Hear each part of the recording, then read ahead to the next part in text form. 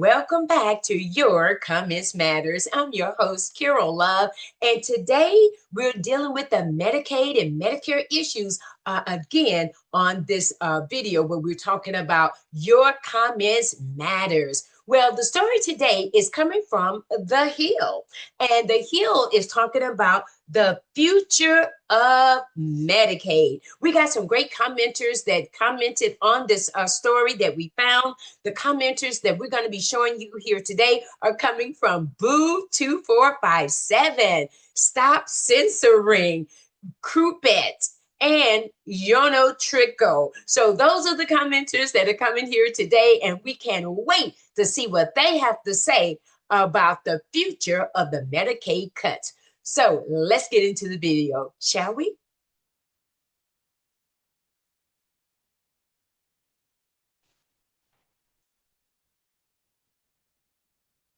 The debate over the future of Medicaid explained. Medicaid is the popular joint federal and state insurance program that helps cover medical costs for 72 million poorer Americans. Cuts to the program seem all but certain after the Senate released a framework for their version of what President Trump calls the Big Beautiful Bill. The Senate's bill calls for even steeper cuts than the House version that passed last month. Wow, did y'all hear that? Republicans say they're not cutting They want Medicaid, more they're cuts. going after waste, fraud, and abuse. If you find waste or fraud or abuse, we want to strengthen Medicaid. While Democrats are united in their opposition to Medicaid changes, some Republican senators have expressed concern as well, particularly over the impact on rural health care. Half of the hospitals in the state rural. I grew up in a town of 4,000 people. I've lived this. No, this is a problem. This is what I say. This bill needs work. Two new reports detail the potential harm from a loss of Medicaid funds. A report from the American Hospital Association estimates the House bill would result in 1.8 million individuals in rural communities losing their medical coverage and result in a $50.4 billion reduction in federal Medicaid spending on rural hospitals over 10 years. The nonpartisan Shep Center for Health Services Research saying hospitals may be forced to reduce service lines, convert to a different type of healthcare facility, or close altogether. Two controversial aspects of the bill are work requirements and provider taxes. The main clause of the House bill's work requirement calls for states to condition eligibility for those ages 19 to 64 on showing they are working or taking part in qualifying activities like going to school. Republicans argue they're making sure able-bodied people are working if they want to receive Medicaid benefits. Well, that's a good point. You can't go wrong there. Taxes, which are a fairly complicated but legal maneuver having to do with reimbursement to hospitals from states. It has become integral to the Medicaid reimbursement system and raises millions of dollars for each state. But not everyone agrees with this tax maneuver. The states have gamed the system for way too long, and we're fixing that. These provider taxes, if you actually were able to explain it to your viewers, they would look at this is insane. Why are the states doing this money laundering scheme? Hospitals don't see it that way. Don't call it money laundering and don't call it Medicaid fraud, because clearly it's not. Hospitals It's didn't a like that. practice that's been acceptable since the 1980s. And if you want to address it, fine, address it. But don't label the people that are doing it legitimately as people that are committing Medicaid fraud. The nonpartisan Congressional Budget Office estimates the House bill would increase the number of uninsured by almost 8 million, and over 10 million fewer people would be enrolled in Medicaid. Republicans argue their reforms will help save Medicaid. We're going to reform it so that we can save it for the people that it's intended to support. But healthcare professionals say Medicaid cuts can be more far-reaching. If you take Medicaid away from those facilities, You can reform it, but you better have a plan. For the people in that community. All of those residents need to find another place to be cared for. And those families now are going to be driving longer and longer distances. That's right. To visit their loved ones. The Senate continues to negotiate its version of the budget bill. If it passes, it will get sent to the House for a vote. Republicans have a goal of sending a final version to the president's desk by July 4th. This is Jackie Coppell for News Nation. All right, there it is right there. You heard it coming from News Nation right there on the Hill, where they're now requiring work requirements to these budget cuts. And they broke down what is happening there. Did y'all see where the Medicaid cuts covers currently 72 million Americans?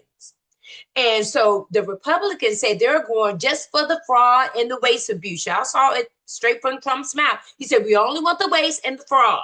So if that's what you want, then those are the ones you must have already identified. Josh Hawley says, wait a minute, I got concerns for this bill, especially for those in the rural area. He knows something about it because he lived in the rural areas. But y'all already know the bill has passed, right? So I guess Josh Hawley concerns it wasn't concerning enough for the House and the Senate, because he's in the Senate, but they passed the bill anyway, didn't they? He says, it says that 1.8 million people will lose their care by 2034. Y'all, that's just around the corner. That's not far away. And she said also $50 billion will be lost in Medicare over the next 2 years. So that's a lot of money. So if Medicaid is not getting this money to help the poor and needy, then what's going to happen to the poor and needy? What's going to happen to the hospitals? They're going to what? Shut down. They're going to close. What are the poor people going to do then?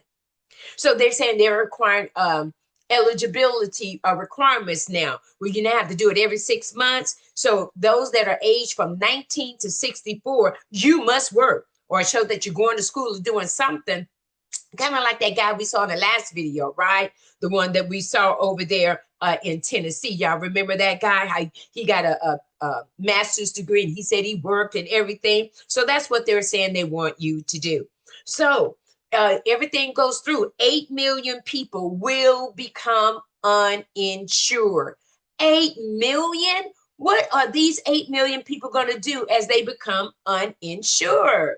Where are they going to go? To the ER. They'll go to the ER because that's the only other place they can go to, isn't it? So there it is right there. This Medicare cut is going to be devastating to so many hospitals, and especially in the rural areas. That's where it's going to begin right there. Wait, with that being said, you saw the video, and now let's get into those commenters' comments to see what they have to say about this video from The Hill reporting on the future of Medicaid cuts. Let's take a look at the comments.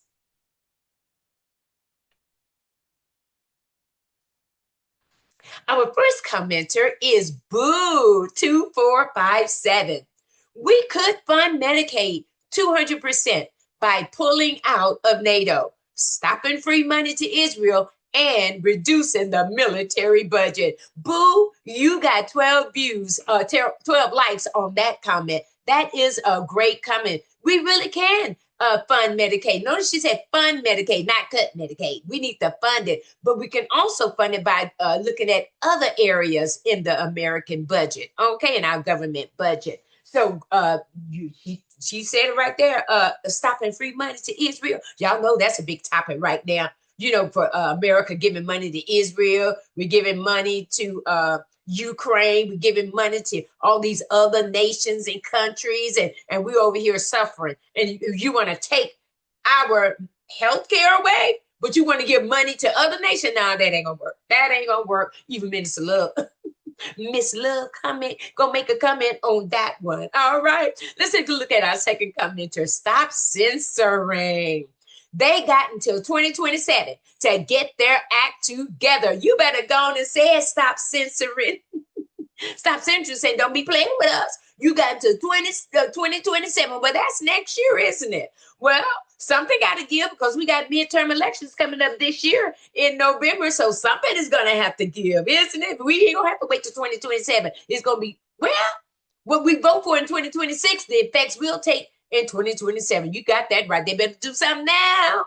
Let's go to our next commenter. Krupet says, maybe people will go back to natural cures and not be forced to take shots and tests that invade your privacy. Oh, come on now, Krupet. You going way back in the days, aren't you? You know, I grew up on a farm in Louisiana. And she got a point there. We didn't go to the doctors. We lived off the land. And I tell you, when we got a cold, you know what my grandmother said? My grandmother said, go get some pine needles, green pine needles, because we were surrounded by pine trees right there in Louisiana, right? So we went and got some pine needles, and we would boil those pine needles, and we call it pine needle tea. And let me tell you, we drank, my brothers and I, and grandparents, we drank that pine needle tea, and baby, we was fine. We was good. We didn't need no shot. We didn't need no doctors or anything. Now, I will say we did get our measles, you know, and chickenpox shots like that. But as far as your cold and cough and all that. We just live from the land. And one more thing, my grandmother, she had arthritis. And what she would do, we had red clay dirt. And I would be the one to go and get the red clay there. And so I would go get it and I would put it in this old sock. My grandpa had his old socks that he didn't wear anymore. So I would fill the sock up with the red clay dirt. And then my grandmother would boil it. She would boil it in hot water and she let it get as hot as she could. And then she would lay that sock on her hip. Oh, my grandmother didn't go to no doctor. That red clay dirt did the trick, honey. My grandmother lived to be like 93. She was good. So, hey, I see your point, Coupe. People need to go back to the natural cures. Okay, that's a good comment right there. Let's take a look at another comment. Let's go to Common. Common says, how do we have 72 million people on effing Medicaid? 72 million. Well, we got 345 million people in America. 72 million is on the Medicaid. Maybe it was those 72 millions that voted for the big, beautiful, big. Maybe they're the ones that's on the Medicaid, huh? Because it was it was like 78 million people that voted for it, voted for Trump. So it could be them. But they could be the ones. I'm just saying, you never know. All right, then, everyone. But he got a point. How could you have that many people on Medicaid? That's a whole lot of folks. Yeah, you got that many, you potentially gonna have fraud, right? Let's take a look at our last comment. We did say we're gonna bring a comment from You're Not Ritual. Says, if you a bum, you're off Medicaid. Got to work at least 20 hours a week. Now, hey, ain't nothing wrong with that. You're right. If you a bum, if you know you're able-bodied, you can think, you can see, you can talk, you can hear, you can walk, you can do all that stuff, why can't you go to work? What's wrong with you? You know, unless you got mental issues. Now, we don't want you, if you got mental issues, we don't want you out there in the job place because you might snap, okay? So stay home if you got mental issues and get the mental help that you may need so you can function in the workplace. So if you're a bum, yeah, get off of Medicaid and go to work. Get at least 20 hours a week work. All right, I ain't mad at you. All right, everyone, that's going to do it for Your Comments Matters right here on this story where we brought to you from the Hill, talking about the political fight over the Medicaid cuts. All right, then, everyone. Hey, listen, that's going to do it. I'm going to see you on the next video. Thank you for watching, liking, sharing, commenting, and subscribing to Your Comments Matters. Tune in because your comment might just be on the next video. Take care. I'm your host, Carol Love, and goodbye.